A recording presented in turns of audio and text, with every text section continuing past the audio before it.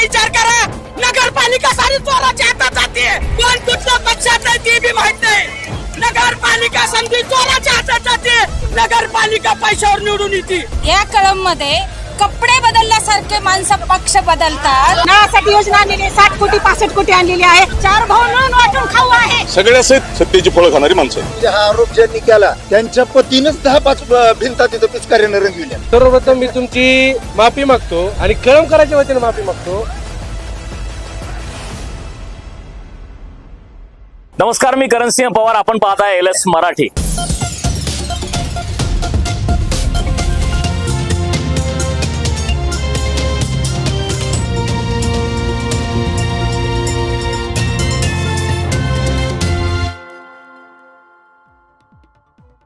स्थानिक स्वराज्य संस्थांच्या निवडणुका सध्या सुरू आहेत. प्रचाराला वेग आलेला आहे.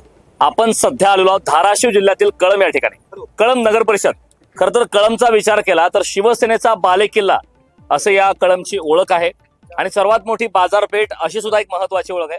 खरं तर कळमचं राजकीय समीकरण हे आजपर्यंत फार वेगळं राहिलंय. तर थोडासा विचार केला तर सत्ता ज्याची आहे त्याच्या विरोधात कळमकरांनी कौल दिलेला आहे. अगदी ते आमदार असतील, खासदार असतील किंवा नगर परिषद असतील.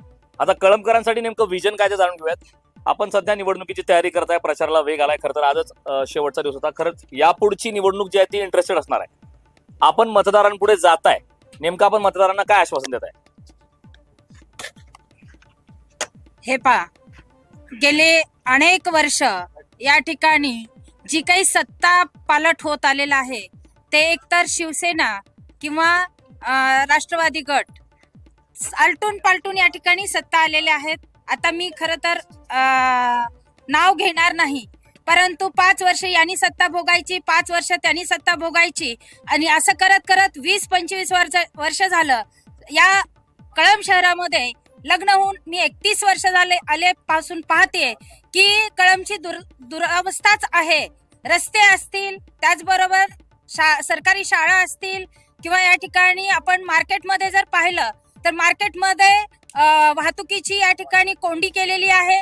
त्याचबरोबर या ठिकाणी कुठल्याही प्रकारची स्वच्छता या ठिकाणी राखली जात नाही आणि त्यामुळं जी काही नगरपालिकेच्या माध्यमातून कामं होणं अपेक्षित असतं, नागरिकांना काय हवं असतं, स्वच्छ पाणी हवं असतं, रस्ते चांगले हवे असतात. त्याचबरोबर या ठिकाणी गोरगरिबांच्या मुलांसाठी सरकारी शाळा चांगल्या हव्या असतात. परंतु या ठिकाणी पाहिलं तर तुम्ही सरकारी शाळा या डबघाईला आलेल्या आहेत. या शिक्षक नाहीयेत, त्या ठिकाणी पायाभूत सुविधा नाहीयेत. एवढंच काय, अख्ख्या कळम शहरामध्ये मराठवाड्यामध्ये आताच तुम्ही उल्लेख केला की धाराशिव जिल्ह्यातली सर्वात मोठं मार्केट म्हणजे कळम शहर आहे.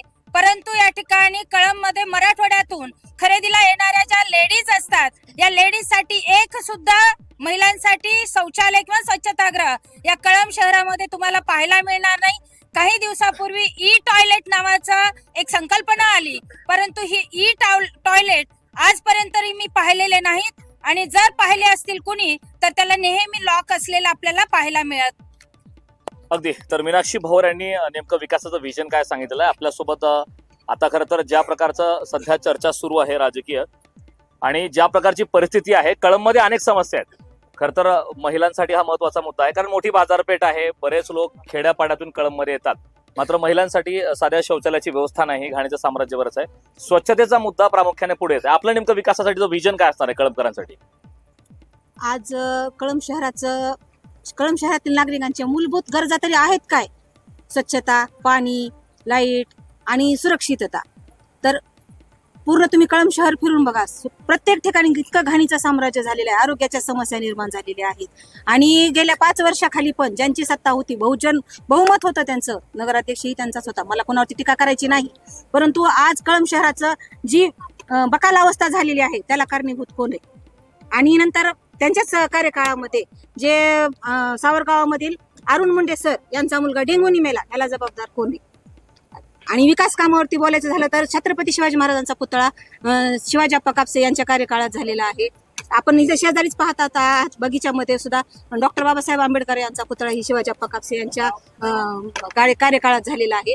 आणि ज्यावेळेस श्री शिवाजीप्पा कापसे नगराध्यक्ष होते त्यावेळेस आपल्या कळम शहराला स्वच्छतेमधून प्रथम पारितोषिक मिळालेलं होतं. मग त्याच्यानंतर कुठे गेलं? आणि आपण त्यांच्या कार्यकाळामध्ये CCTV सीसीटीव्ही कॅमेरे पूर्ण कळंबमध्ये बसवले होते, ते कुठं आहेत? त्यांच्या कार्यकाळामध्ये दुष्काळ पडलेला होता. दुष्काळाच्या वेळेस सुद्धा त्यांनी पूर्ण कळंब शहराला पाईपलाईन जी खालून रस्ते न फोडता वरून हवाई पाईपलाईन महाराष्ट्रात झालेली आहे. पहिली महाराष्ट्रातून हवाई पाईपलाईन आपण केलेली आहे. कळंब शहराला कळंब शहरातील नागरिकांना एकही घागर घेऊन कुठेही भटकंती करावी लागलेली नाहीये त्यावेळेस. कारण आपल्यालाही माहिती आहे मराठवाडा हा टँकरवाडा झालेला होता. पूर्ण मराठवाड्यामध्ये रेल्वेने पाणी आणत होते, टँकरनी पाणी येत होतं. परंतु कळंब शहरामध्ये दुष्काळाच्या काळामध्ये आपण स्वतः कर्मचाऱ्यांसोबत उतरून खाली त्या ग्राउंड लेवलला जाऊन कर्मचाऱ्यांसोबत काम करून पाण्याची सोय ह्या कळंबकरांना केलेली आहे. आणि त्यातल्या त्यात जनतेच्या माहितीस्तव मी सांगते, आपण स्वतःच्या शेतातील ऊसाचा विचार कधीही केला नाही. 22 एकर ऊस जाळून कळंब शहरातील जनतेला पाणी पुरवलेलं आहे. आणि आपण कधीही जनतेला वाऱ्यावर सोडले नाही. आम्ही प्रत्येकांच्या सोबत आमची नाळ जोडलेली आहे. त्यांच्या प्रत्येक अडी अडचणी असतील, त्यांच्या काय असतील, त्याच्यामध्ये आम्ही सहभागी आहोत. इथून पुढेही राहणार आहोत. आणि त्या व्यतिरिक्त मी नगराध्यक्ष झाल्यापासून माझं पहिलं विजन राहील स्वच्छता, तर मी करणारच आहे. त्याच्या व्यतिरिक्त मी ह्या कळंब शहरामध्ये काही औद्योगिक निर्मिती तर होऊ शकेल का? जे आपले बेरोजगार मुलं आहेत त्यांच्यासाठी त्यांच्या रोजगार निर्मिती काही होऊ शकेल का? बचत गटावरती भरपूर सुविधा आहेत, परंतु आतापर्यंत कुणीच आणलेल्या नाहीयेत. त्या आम्ही करणार आहोत. बरं, शैक्षणिक दर्जा इथला उच्च करायचा आहे. कारण आपण पाहत आहात कळंब शहरामध्ये सुद्धा काही ठिकाणी शैक्षणिक दर्जा इतका घसरलेला आहे की इथून मजबुरीने आम्हाला लेकरं बाहेर पाठवावं लागते. मग ते तसं होऊ नये म्हणून आपल्या कळंब शहरातील शैक्षणिक दर्जा उंचवण्यासाठी प्रयत्न होणार आहेत. आणि त्या व्यतिरिक्त पण आपण सर्वांच्या विचारांनी कळंब शहर सुदृढ आणि स्मार्ट सिटी कशी होईल हे पाहणार. नक्कीच. सुनंदा कापसे यांनी खरं तर त्यांचं नेमकं विकासाचं विजन काय असं सांगितलेलं आहे. आपल्यासोबत काँग्रेस, शिवसेना, उद्धव बाळासाहेब ठाकरे पक्षाच्या माध्यमातून जे नगराध्यक्षपदासाठी सध्या प्रचारामध्ये मैदानात उतरलेले आहेत त्या रश्मी मुंदडाताई सुद्धा आपल्यासोबत आहेत. त्यांच्याकडे जाणार आहे. खरं तर बरेच मुद्दे आता कापसे यांनी सांगितलेले आहेत. कळंबमध्ये आल्याच्यानंतर खूप मोठ्या प्रमाणात समस्या पाहायला मिळाल्या. पुन्हा तोच मुद्दा येतोय. बऱ्याच लोकांची सत्ता आली, विरोधी पक्षात असतात, आरोप प्रत्यारोप होत असतात, मात्र स्वच्छतेचा मुद्द्याचा प्रश्न कधीही सुटलेला नाही. काय आपली प्रतिक्रिया असणार या संदर्भात? मी रश्मी मुंदडा. ऍक्च्युली राजकारण हा माझा फील्ड नाहीच आहे. माझे पती संजय मुंदडा एक 25-30 वर्षापासून यामध्ये आहेत. त्यांचं राजकारणावरील प्रेम, समाजकारणावरील प्रेम हे सर्व पाहून मी यामध्ये उतरलेले आहे. आणि ऍक्च्युली पाहायला गेलं तर हे 25 वर्षापासून यामध्ये आहे. त्यांनी बरेच इथं सुख सुविधा म्हणजे बरेच प्रगती केलेली आहे. जेव्हा किरण होसलमल आणि संजय मुंदडाची टीम इथं होती तेव्हा हे इथंच आहे आंबेडकर गार्डन. त्याची खूप आत्ताचे जे विरोधक आहेत त्यांनी खूप त्याची दुरावस्था झालेली होती. तिथं त्यांनी परत ते सुशोभीकरण केलं, गार्डन व्यवस्थित केलं. आता तिथे मुलं जाऊन खेळू शकतात, आम्ही लेडीज जाऊन व्यवस्थित बसू शकतो, इन्स्ट्रुमेंट आहे, आम्ही तिथे एक्सरसाइज वगैरे करू शकतो. प्रगती भरपूर केलेली आहे. सुवर्णा मुंडे आणि संजय मुंदडा यांच्या काळामध्ये पण बरीच प्रगती झाली. जशी की मंगल कार्यालयाची दुरवस्था झाली होती, त्याला रिन्युवेट केलंय. आणि जेव्हा 1 महिना कार्यकाळ संजय मुंदडाकडे होता त्यांनी पाणी पुरवठा योजनेसाठी खूप प्रयत्न केले आणि ती यशस्वी झाली आहे. आता ती पाणी पुरवठा योजना कार्यरत होईल, आता त्याच्यावर काम होईल. खूप मोठ्या प्रमाणात विकास झालाय म्हणतात. विकास झालाय पाणी पुरवठ्याच्या बाबतीत. विकासावरती तर ह्यांनी बोलूच नाही. विकास ह्यांनी कोळून पिऊन टाकलाय का कुठे हरवलाय तेच माहिती नाही आम्हाला. अहो, तुम्ही बोटावर मोजलेत की तुमचे कामं दाखवा. जसे आम्ही आप्पांच्या कार्यकाळात 30 वर्षामध्ये मी आतापर्यंत दाखवू शकते की आप्पांनी काय काय समाजसेवा केलेली आहे, काय काय शहरातील बदल केलेले आहेत. आज मार्केट कमिटी कृषी उत्पन्न बाजार समितीमध्ये श्री शिवाजी आप्पा कापसे हे सभापती आहेत. तुम्ही तिथे जाऊन पहा, तिथले रस्ते पहा, तिथली आज व्यापाऱ्यांना सुरक्षितता पहा. पूर्ण तिथला एरिया आहे तो सीसीटीव्ही खाली आलेला आहे. आणि मार्केट कमिटीमध्ये व्यापारी सुरक्षित नव्हते. तिथेही काही चोऱ्या होत होत्या, काही तिथं तुम्हालाही माहित असेल काही हे झालेलं असेल, तर ते सुद्धा आपण तिथं इतकं व्यापाऱ्यांना सुरक्षितता दिलेली आहे. आज मार्केट कमिटी ही कळंब शहरात म्हणतात धाराशिव जिल्ह्यामध्ये एकदम 1 नंबरची मार्केट कमिटी आपण तयार केलेली आहे. विकास काय म्हणतात हे. आणि आज आपल्या कळंब शहरामध्ये तुम्ही पाहत आहात की जे सीसीटीव्ही कॅमेरे लावले होते ते का काढले? कारण अवैध धंद्याला कोण खतपाणी घालतंय तेही सांगा आम्हाला. हा, ठीक आहे. महत्वाचा मुद्दा आहे. मीनाक्षी भोर यांच्याकडे मी जातोय. त्यानंतर आपल्याला जनतेचाही कौल घ्यायचा आहे. आता इथे भरपूर मुद्दे समोर येत आहेत. कृषी उत्पन्न बाजार समितीचा आहे, कमिटीचा आहे, रस्त्याचे मुद्दे आहेत, त्यासोबतच मुख्य जो मुद्दा आहे स्वच्छतेचा आहे.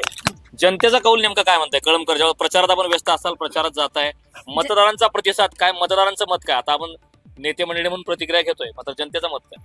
हे पहा, मी तर या ठिकाणी एक स्वतंत्र व्यक्तिमत्व म्हणून आज राजकारणाला सामोरी जातीये. आमच्याकडे कुठल्याही या ठिकाणी जसं की समोरच्या पार्टीकडे नगराध्यक्षपद 5 वर्ष यांनी भोगायचं, 5 वर्ष त्यांनी भोगायचं, तसं काही आमच्याकडे आम्ही आपलं नगरसेवक म्हणून सेवा केलेली आहे. कळंब शहरामध्ये या ठिकाणी 30 वर्षापासून आमची शैक्षणिक संस्था आहे. प्रियदर्शनी अर्बन कोऑपरेटिव्ह बँकेच्या माध्यमातून बेरोजगार लोकांना या ठिकाणी काम मिळवून देण्याचं काम आम्ही या ठिकाणी केलेलं आहे. अनेक पिढ्या घडवण्याचं काम शिक्षण क्षेत्रामध्ये केलेलं आहे.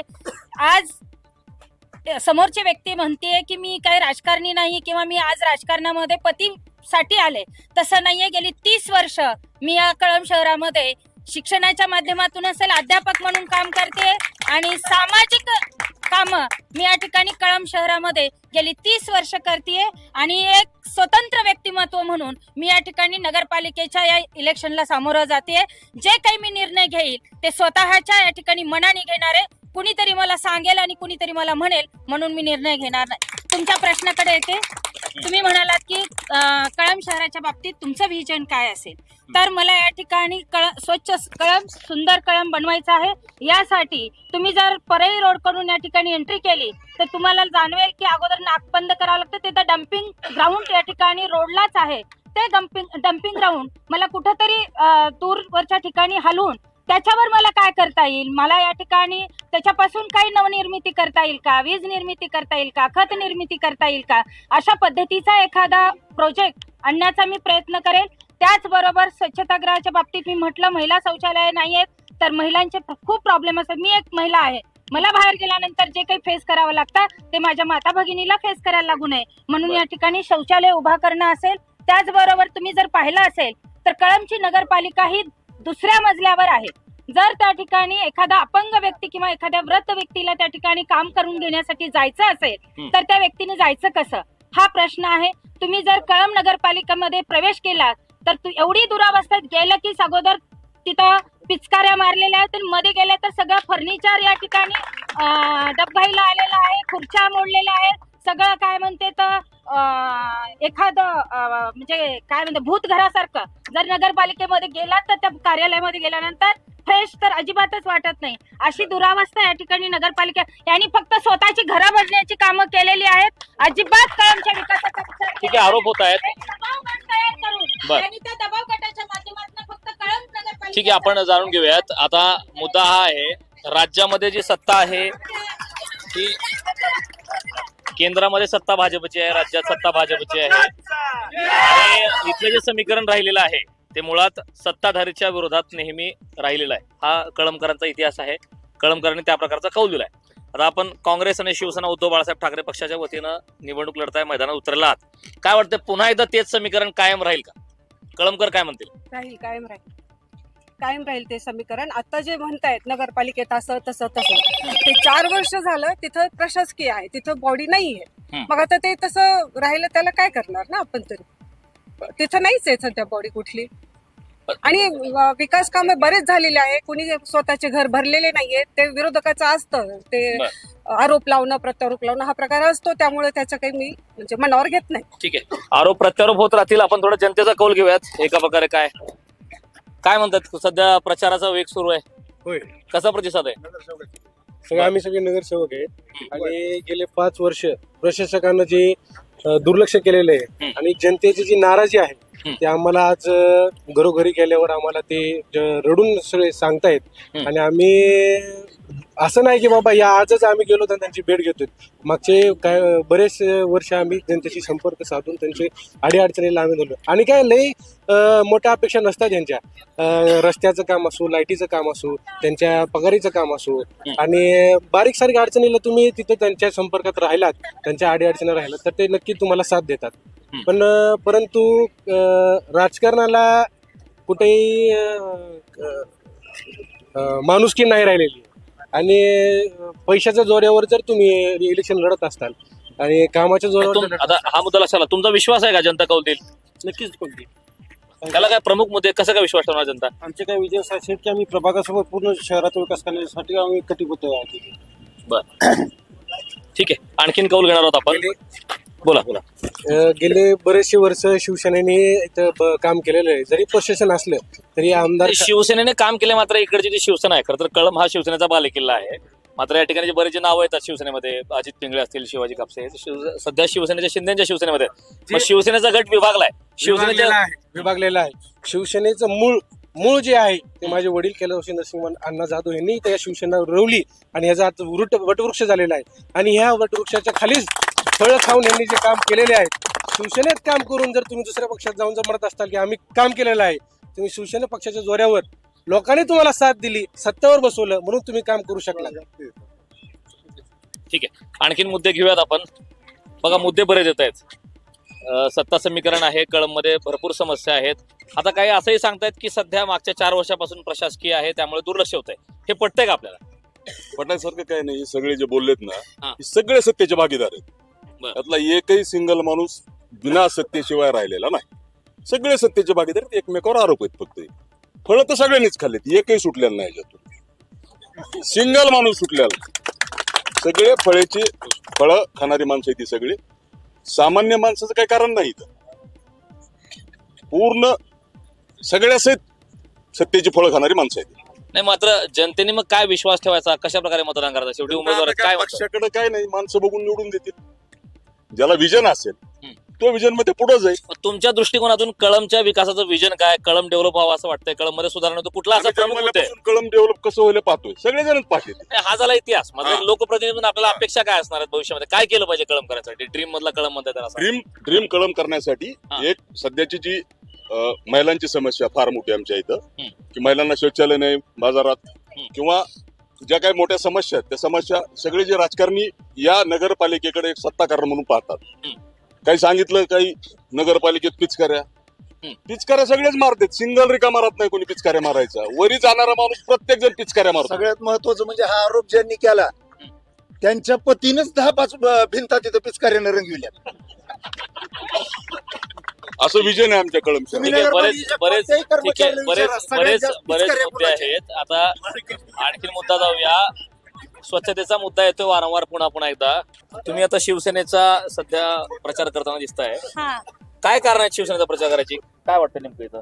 मला वाटतंय ना आता विकास होईल म्हणून. आणि क्रमांक 8 मध्ये ना मोठा नाला आहे आमच्या शेजारी, आणि जुने नगरसेवक आमच्याकडे परतले नाहीत. पूर्ण असं पाणी येऊन आमच्या घरापर्यंत, घरात आलं तरी पण कोणी पाहण्यासाठी आलं नाही. शब्दाच्या वेळी आमच्या घरात शिरायला लागल्या. 9 वर्ष झालं नाल्या काढायला कुणी सध्या आलं नाही. वर्ष नाही. आता जरी आले तरी गुडघ्या त्याला नाल्या भरलेल्या आहेत. आणि मोठा नाला साफ आमच्या घरात नाल्या काढायला येत नाहीत आणि घराने आणि अर्धेच नाली काढतात का, रोड अर्धेत करतात का, आधी नाली करतात. रस्ते नाहीत आमच्या गल्लीमध्ये, लाईटी नाही व्यवस्थित पोलला, लाईटी पण नाहीत. 1 लाख तर 1 वीज ती. काय तुम्ही जे प्रचार करताय त्यांनी काय कामं करतील असं वाटतं शिवसेनेकडून? आम्हाला विश्वास आहे आम्हाला विश्वास आहे की आम्ही ज्यांचा प्रचार करतो आमचा विश्वास आहे की सगळे आमचे काम पूर्ण करतात. निराश नाही कुणाला निराश केलं. प्रत्येक गोरगरिबाच्या हाकेला तुमच्याकडे येतोय. कामं झालं तसे आता आरोप होत आहेत सध्या ज्या प्रकारे, त्यामध्ये बरेच मुद्दे आहेत महत्वाचे. मात्र बघा, सत्ता येत असते जात असते, आरोप प्रत्यारोप होत आहेत. मात्र काही मुख्य समस्या, आता आम्ही आल्यानंतर सुद्धा पहिला कळममध्ये एंट्री करतात, कशा प्रकारे कचऱ्याचा समस्या वाटतोय. एवढा मोठा मुद्दा असताना दुर्लक्ष होतं. प्रशासकीय कारण सांगून त्याला पळवाट काढणं म्हणत नाही, काय वाटतं? मी फक्त एवढंच सांगेल की कळमची नगरपालिका चालवावी फक्त शिवाजी आप्पा कापसे यांनीच, दुसरं कोण चालू शकत नाही. कारण कर्मचाऱ्यांनी इतका कळमच्या नागरिकांना इतका त्रास दिलेला आहे की ते आम्ही कधीच भरून काढणार नाही. आज पूर्ण कळम शहर फिरतोय मी, पूर्ण नाल्याने गज भरलेला आहे. कुठला राजकीय नेत्याला याच्याशी काही घेणं देणं नाही. शिवाजी आप्पा कापसे यांची 17.5 वर्ष सत्ता होती. कुठल्याही पद्धतीचं काम मागील 5 वर्षामध्ये झालेलं नाही. सर्व उमेदवारांना माझी एक विनंती आहे, तळागाळामध्ये जाऊन तुम्ही लोकांची सेवा करा आणि निवडून या. लोकांना वाटलं हा काम करू शकतो तो निवडून दे. पण विरोधकांना एकच विनंती आहे की त्यांनी अजेंडा घेऊन लोकांपर्यंत जावा की आम्ही 5 वर्षात काय कामं केलं. अजून मी सांगतो की कळमची नगरपालिका फक्त शिवाजी आप्पा कापसे यांनी चालवावी. कारण कळमची नगरपालिका ही मराठवाड्यामध्ये सर्वात जास्त प्रॉपर्टी असलेली नगरपालिका आहे. जास्त फंड आपल्याला मंत्रालयातून आणायची सुद्धा गरज नाही, अशा पद्धतीने पालिका करू शकतात. पण त्याचं नियोजनच नाहीये, कोणच करू शकत नाहीये. त्याच्यामुळे कळमच्या नागरिकांनी जास्तीत जास्त शिवाजी आप्पाच्या पाठीशी राहावं आणि शिवाजी आप्पाचा कापसे यांचा नगराध्यक्ष बनवावं. ठीक आहे, बरेच मुद्दे आहेत, आपण पाहतोय. मी पुन्हा येतोय आपल्याकडे येतोय. आता मुद्दा तर आहे, विश्वास दाखवतात ते मागच्या 9 वर्षापासून विकास झाला नाही असं म्हणतायत, पण आगामी काळात मतदारांनी कसा विश्वास ठेवायचा? कारण आता तिकडून जे आरोप झाले की सगळेच सत्तेचे सहभागी आहेत, सगळ्यांनी ज्यामध्ये वाटा घेतला, थोडक्यात मलिदा आपल्या मराठवाड्याच्या भाषेत. सत्तेमध्ये कोण सहभागी 5 वर्षात हे सगळे जाणतायत. हे सगळे सत्तेत सहभागी नाहीत, हा एकतर चुकीचा आरोप आहे. यातले 2 उमेदवार सत्तेत सहभागी आहेत, 1 उमेदवार हे अजिबात सत्तेत सहभागी नाही आहे. आणि दुसरा मुद्दा जो आमच्या विरोधकाकडून उपस्थित केलाय की आज प्रशासन काम करतंय, तुम्ही लोकप्रतिनिधी म्हणून आज सुद्धा त्या वार्डाचं प्रतिनिधित्व करताय. भलेही तुमचा कार्यकाळ संपला असला तरी जनतेनं विश्वासानं तिथं पाठवलेलं आहे आणि हे तुमचं कर्तव्य आहे की प्रशासनाजवळ जाऊन निदान जनतेच्या, किमान आज अशी अवस्था आहे की सत्ताधारी पार्टीला वार्डात फिरता येणं मुश्किल झालंय. प्रचाराच्या ऐवजी त्यांना नाल्या साफ कराव्या लागायल्यात, JCB लावावं लागायलाय.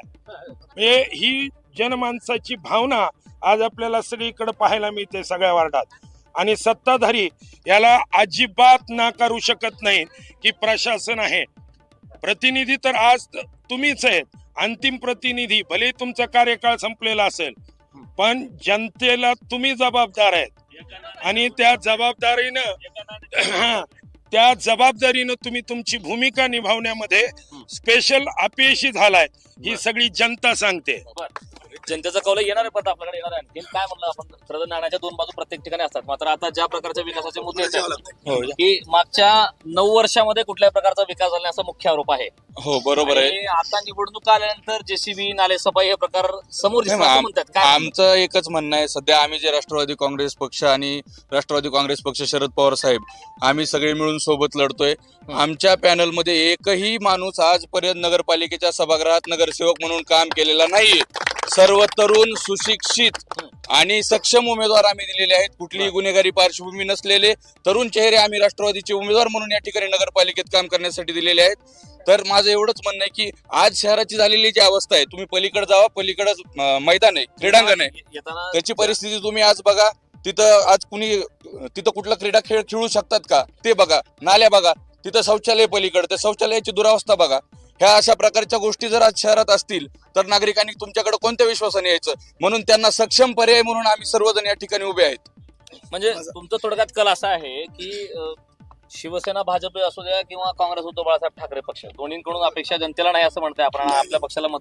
सगळ्यात महत्वाचा माझा दुसरा मुद्दा आहे, तिघींना एक प्रश्न आहे. त्या तिघींनी स्वतःचा व्यवसाय, राहतं घर कळममध्ये आहे का? ह्यांच्या पतीचा व्यवसाय आणि ह्यांचे उत्पन्नाचे मार्ग सांगावे. ज्याला उत्पन्नाचा मार्ग नाही, स्वतःची शेती नाही, कळम शहरात स्वतःचं घर नाही, ते जरी तो उमेदवार होत असतील त्यांच्याकडनं काय कळम अपेक्षा ठेवावी? त्यांनी सांगतात तिघींनी स्वतःचं घर कळम शहरात आहे का? स्वतःचा काय व्यवसाय कळम शहरात आहे का? स्वतःचं राहतं घर कळम शहरात आहे का? काय उद्योग त्यांच्याकडे? स्थानिक मुद्दे मतदाराचे असतील. सगळ्यात महत्वाचं मला या ठिकाणी एक मुद्दा उपस्थित करायचा आहे वृत्त निवेदक साहेब. ज्या वेळेस मीनाक्षीताई भोवर या ठिकाणी बोलत होत्या त्यावेळेस तुम्ही माईक तिकडे घेऊन गेलात, हे तर सगळ्यात महत्वाचं चुकीचं आहे. कारण त्या विकासाचं विजन या ठिकाणी सांगत होत्या आणि विकासाचं विजन सांगत असताना कुठलाही वृत्त निवेदक त्या ठिकाणी माईक घेऊन जाऊ शकत नाही. आणि दुसरा मुद्दा, आता कोणीतरी म्हटलं की त्यांच्या मिस्टरांनी कोणीतरी थुंकून त्या पिचकारांनी ते भिंती बघवल्या. तुम्हाला माहिती आहे का त्यांनी शैक्षणिक सुधारणा या ठिकाणी किती केलेल्या आहेत? गोरगरिबांना मोफत शिक्षण देण्याचं काम त्यांनी या ठिकाणी केलेलं आहे. सोबतच दुसरं मी सांगतो, या ठिकाणी त्यांनी त्यांच्या बँकाच्या माध्यमातून अनेक सुशिक्षित बेरोजगारांना त्या ठिकाणी काम देण्याचं काम त्यांनी केलेलं आहे आणि त्यांच्याकडे विकासाचं विजन आहे. आणि जनतेला माहिती आहे की या ठिकाणी कुणी आडगा सडगा उमेदवार नकोय, तर आम्हाला सुशिक्षित उमेदवार हवाय आणि तो म्हणजे मीनाक्षीताई भोवर. आता विकास हवाय तो फक्त मीनाक्षीताई भोवरच विकास करतील, एवढाच आशा. तुमचे सर्व बरेच मुद्दे पटले, मात्र बोलताना थोडीशी काळजी घ्यावी, कारण बऱ्याच वेळी आम्हाला ज्या प्रकारचा मुद्दा असतो, प्रत्येकाला दिलेली वेळ असते, त्या प्रकारे मुद्दा बोला. मी सुनंदा गजेंद्र भोसले, वार्ड क्रमांक 3 मध्ये उभा आहे. मी पहिल्यांदाच आहे, सुशिक्षित आहे, पण जेव्हा मी तिथं प्रचाराला जाते तिथं पूर्ण नाल्या गच्च भरलेल्या आहेत, रस्त्याला खड्डे पडलेले आहेत. रात्रीचा जर प्रचार करायचा झाला आणि रात्रीचं जर महिलांना घेऊन फिरायचं झालं तर 2-3 महिला तिथं पडलेल्या आहेत. आणि आत्ताचा जो नगराध्यक्ष आहे तो फक्त नामधारी किंवा सत्ताधारी आहे, पण नामधारी नसणार आहे आणि सहीचा अधिकारापुरता मर्यादित नसणार आहे. आता पहिला जो हे होता ना, एक मिनिट, शेवटचा दिवस पहिला नगराध्यक्ष जो होता तो फक्त नामधारी होता.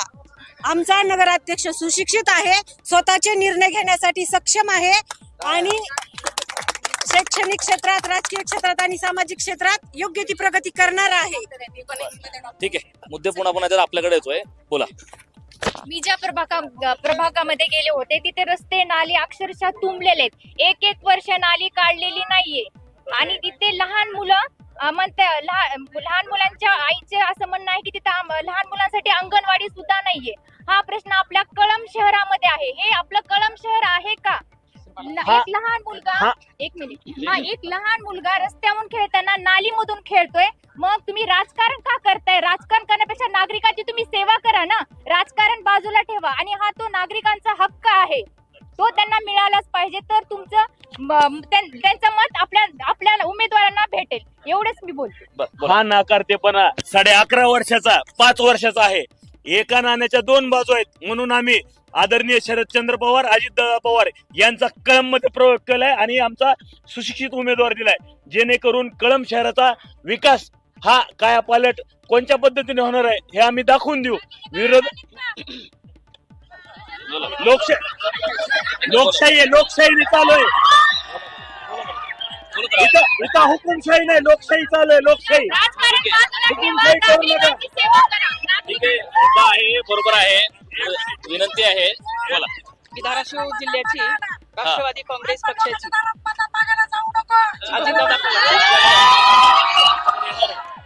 राष्ट्रवादी काँग्रेस पक्षाची अजितदादा गटाची धाराशिव जिल्ह्याची महिला जिल्हाध्यक्ष आहे.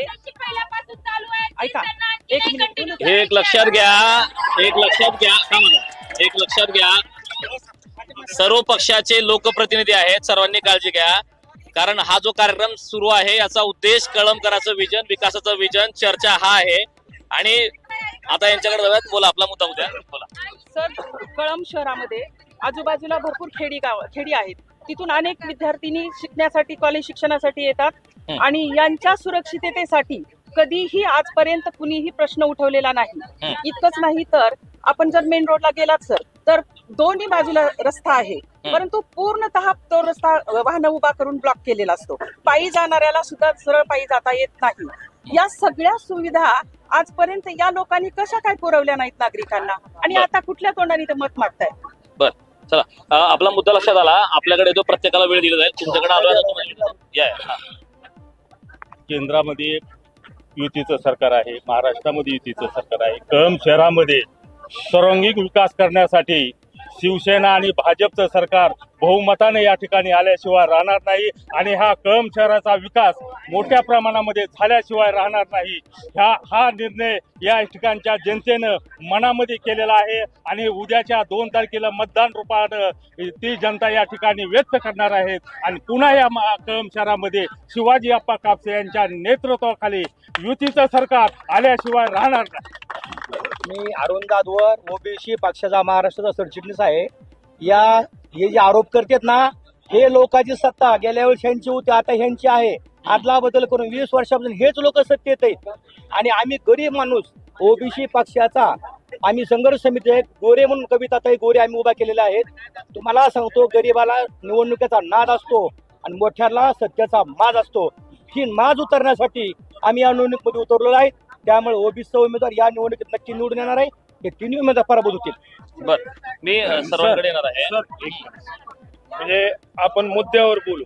म्हणजे हे सगळ्यांच्या सत्ता जरी झालेल्या असल्या तरी आतापर्यंत सगळ्यात जास्त कोण निधी आणलेला आहे कळंबला, मग ते नगरपालिकेचे गाळे असतील किंवा वेगवेगळ्या सुविधेच्या असतील, सुविधा ज्या काही निर्माण झालेल्या आहेत. आणि आता जनता ही भूलथापाला बळी पडणार नाही.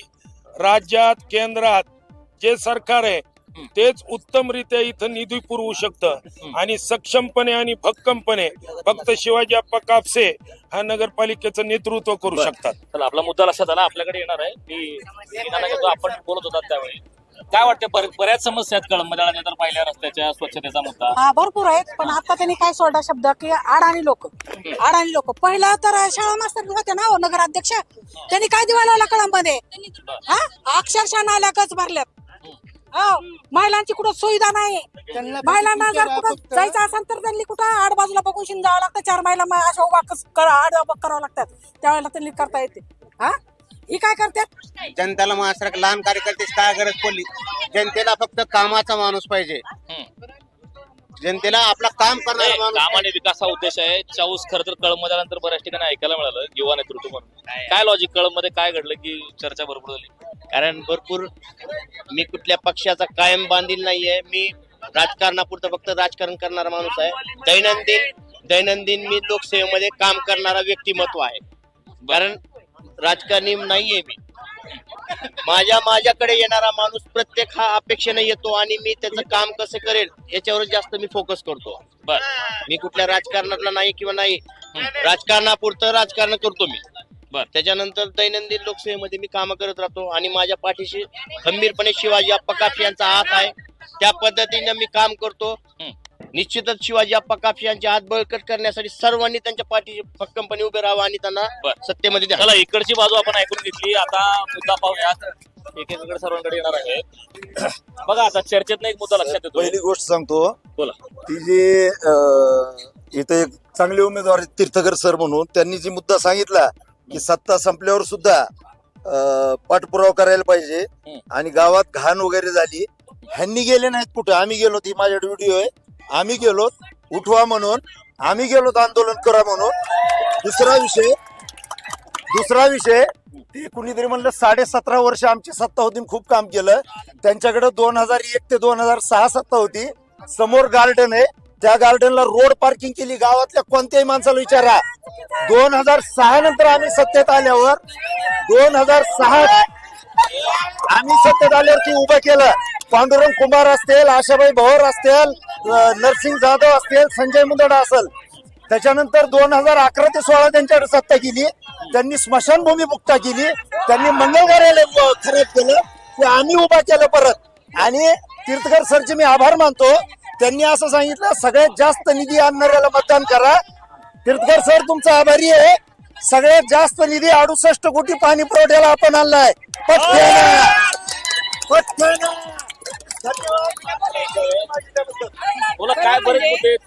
म्हणजे जे आता राजकारण म्हणजे गट तट निर्माण झालेले आहे. कळममध्ये खरं तर विकास झालेला पाहिजे, पण आता गट तट तयार निर्माण झालेला आहे. आम्ही सत्तेत आल्यानंतर खूप काही कामं केलेले आहेत. पुनर्वसन सावरगावमध्ये काय विकास कामं खूप झाली. कोणती विकास कामाची? श्री क्षेत्र बालाजी मंदिर एक बनलंय आणि मंथन स्वामी मंदिराला तीर्थक्षेत्राची मान्यता पण मिळवून दिली आहे. पाणी पुरवठ्याचा योजनाला टॉयलेट सुद्धा आमच्या कार्यक्रमाला होता. असं काही नाहीये की काहीच नव्हतं. आणि भैयाच्या कार्यकाळात खूप छान कामं झालेली आहेत. बोलू द्या मला पण. हे जे सांगतात आमच्या बँका आहे, शाळा आहे, पण हे गरीबावरच अन्याय करतात हे ते विसरतायत. आणि आम्ही ज्या वेळेस आम्ही सत्तेत होतो तेव्हा नगर परिषदच्या शाळा या डबगाईला आलेल्या होत्या, पण आम्ही डिजिटल शाळा ते बनवलेल्या आहेत. खूप काही आमच्या काळात आम्ही केलेलं आहे. हे समोरचे जे गार्डन आहे तिथे सुशोभीकरण केलेलं आहे. आमच्या काळामध्ये आम्ही ते केलेलं आहे. मुद्दा लक्षात आला विकास काम. आता स्वतः आता पुन्हा येता येणार आहे. आता मुद्दा हा आहे की बघा बरेच आरोप होत आहेत. आरोप प्रत्यारोप ऐकली. काही जणांनी असंही म्हणले की 9 वर्षापासून प्रशासकीय आहे, 4 वर्षापासून मागच्या प्रशासकीय आहे आणि त्यामुळे दुरावस्था होते. हे कारण पटतंय का? हे कारण पटण्यासारखं म्हणजे गेल्या 4 वर्षापासून महाराष्ट्रामध्ये भाजप सेनेचं सरकार आहे. या सरकारनं त्यांच्या पालकमंत्र्यांच्या माध्यमातून त्यांच्या पक्षाच्या माध्यमातून काय बाकीच्या कोणाची सत्ता नव्हती. सत्ताधारी हे जे आहे ते शिवसेना भाजप युतीवाले यांची सत्ता होती ना नगरपालिकेवर आणण्याची. आणि भाजप शिवसेनेचे जे पक्ष आता सध्याचे नेतृत्व करतात ते एका टोळीचं नेतृत्व करतात, गुत्तेदार टोळीचं. मेन म्हणजे त्यांचा मुख्य धंदा हा लोकांचा समाज सेवा किंवा समाज कार्य करणं नाहीये. त्यांचा हा गुत्तेदारी करणं, हा गुत्तेदारीची टोळी सांभाळणं ही त्यांचा मेन धंदा आहे. जे महाविकास आघाडीच्या जोर एवढ्या मोठ्या मार्केट कमिटीवर बसतात आणि त्या मार्केट कमिटीवर बसतात आणि परत तुम्ही म्हणता की मी हे अशा पद्धतीनं काय विकास केला. हा विकास जो झालाय तो सगळा महाविकास आघाडीच्या माध्यमातून विकास झालेला आहे मार्केट कमिटीचा.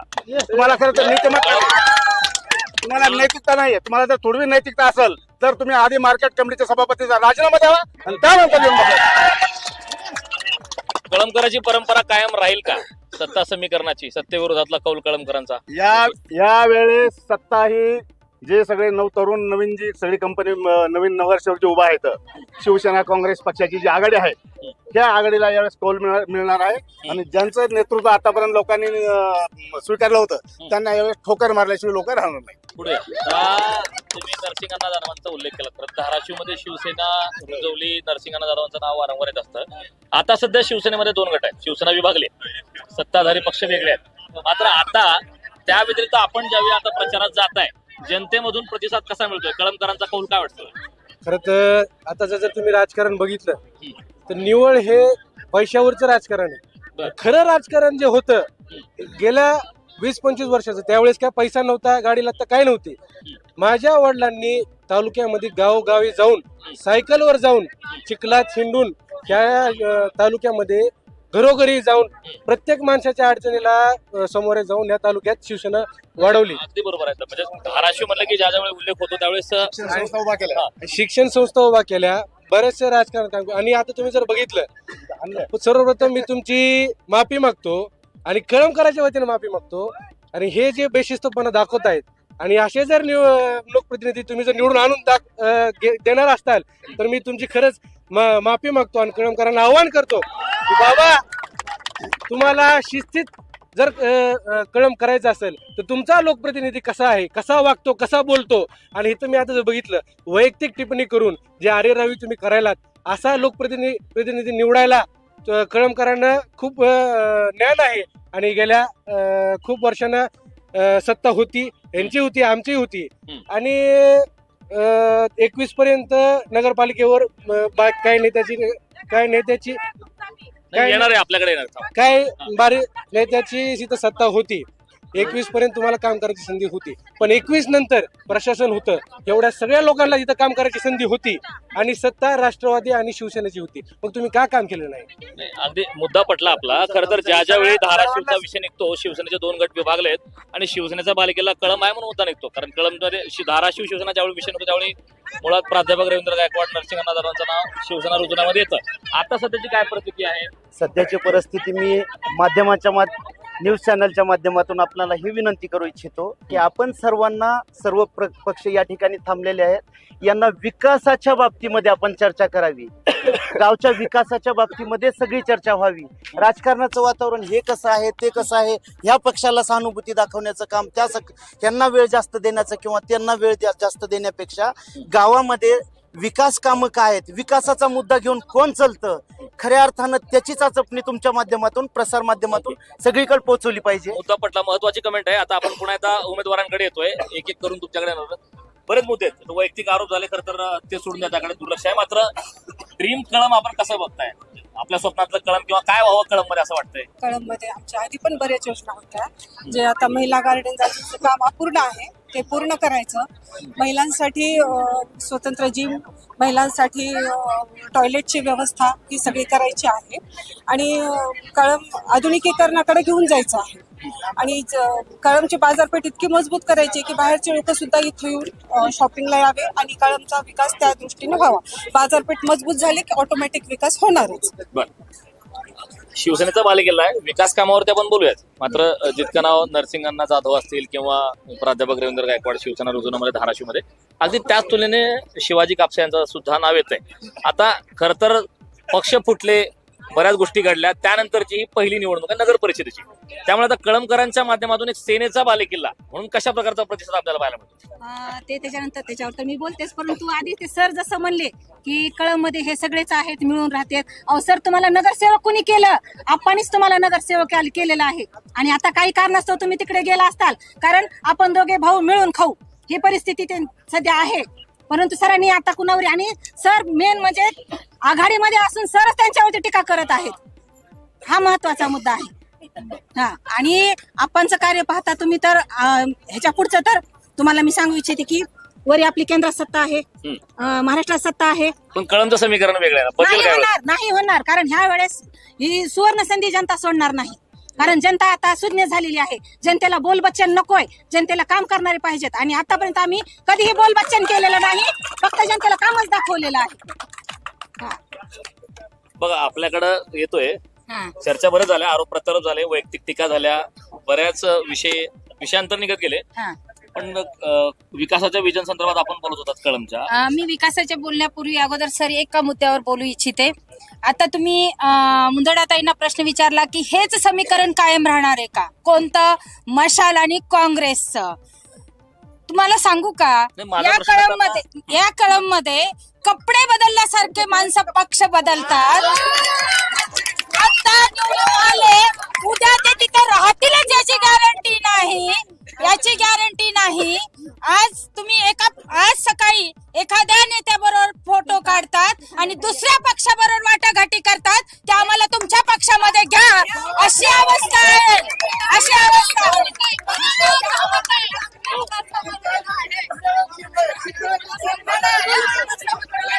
काय सगळ्यांना विनंती आहे, माझा पक्ष कधीही सोडला नव्हता. माझ्या नवऱ्यानं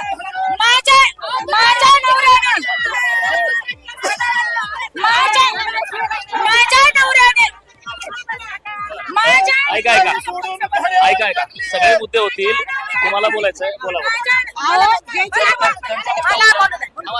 शरद पवार गटामध्ये माझा नवरा असला तरी मी राष्ट्रवादी काँग्रेस पार्टीमध्येच आहे. मी घड्याळाचे सदस्य, आणखीन पण घड्याळाचे सदस्य. एक विश्वजित बोलला तर शिवसेनेचा एकही मेंबर तिथे नाहीये.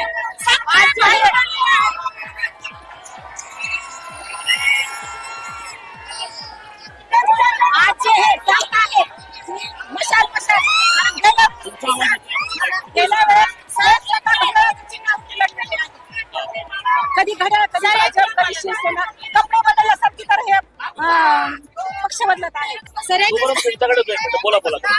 मतदान दिलेलं जनतेचा विचार करा. नगरपालिका सारी चोराच्या हातात जाते, सारी नगरपालिका चोराच्या हातात जाते. कोण कुठल्या पक्षात आहे ते बी माहित नाही. नगरपालिका संधी चोराच्या हातात जाते आणि आमच्या सारख्याला पैशावर निवडून येते. नगरपालिका पैशावर निवडून येते. आमचा विचार तुमचा मुद्दा राहिला होता. आणि आज जे हे सांगत आहेत की आम्ही नळासाठी योजना आणलेली आहे, 60 कोटी 65 कोटी आणलेली आहे. ह्याच्यात पण तुमची हिस्सेदारी 4 भाऊ मिळून वाटून खाऊ आहे, यांचं पण हे सांगणं आहे. हे पासर आम्हाला काही राजकारण करण्यासाठी आम्ही नगरपालिकेमध्ये येणार नाही. समाजकारण करण्यासाठी राजकारणाचा मार्ग आम्ही निवडलेला आहे. आतापर्यंत समाजकारणच केलेलं आहे आणि याच्या पुढेही आम्ही समाजकारणच करणार आहोत. मला माझ्या कळमच्या जनतेसाठी स्वच्छ शहर, सुंदर शहर तर करायचंच आहे. महिला सक्षमीकरणासाठी, महिलांसाठी या ठिकाणी औद्योगिक क्षेत्रातून किंवा काही रोजगारांच्या संधी युवकांना आणि महिलांना आणता येतील का याचं पाहायचं आहे. त्याचबरोबर केंद्र सरकारच्या आणि राज्य सरकारच्या ज्या योजना आहेत त्या योजना आणून या ठिकाणी कळम शहराचा विकास करण्याचं ध्येय किंवा उद्दिष्ट या ठिकाणी मी डोळ्यासमोर ठेवलेलं आहे. त्याचबरोबर रस्ते, जर तुम्ही कळमच्या काही रस्त्याला जर तुम्ही या ठिकाणी गेलात तर खड्ड्यात रस्ते आहेत का रस्त्यात खड्डे आहेत हेच कळत नाही. कळमकरांच्या समस्या आपण जाणून घेतोय. बऱ्याच प्रकारच्या गोष्टी या ठिकाणी पाहायला मिळत आहेत. आरोप प्रत्यारोप झाले, वैयक्तिक टीका झालेली आहे. मात्र भविष्यामध्ये कळमचा विकास मोठ्या प्रमाणात व्हावा आणि त्यासाठी आपण चर्चासत्र आयोजित केलं. पुढे भेटूया पुढच्या नवीन मतदारसंघात. पाहत राहिलेच मराठी.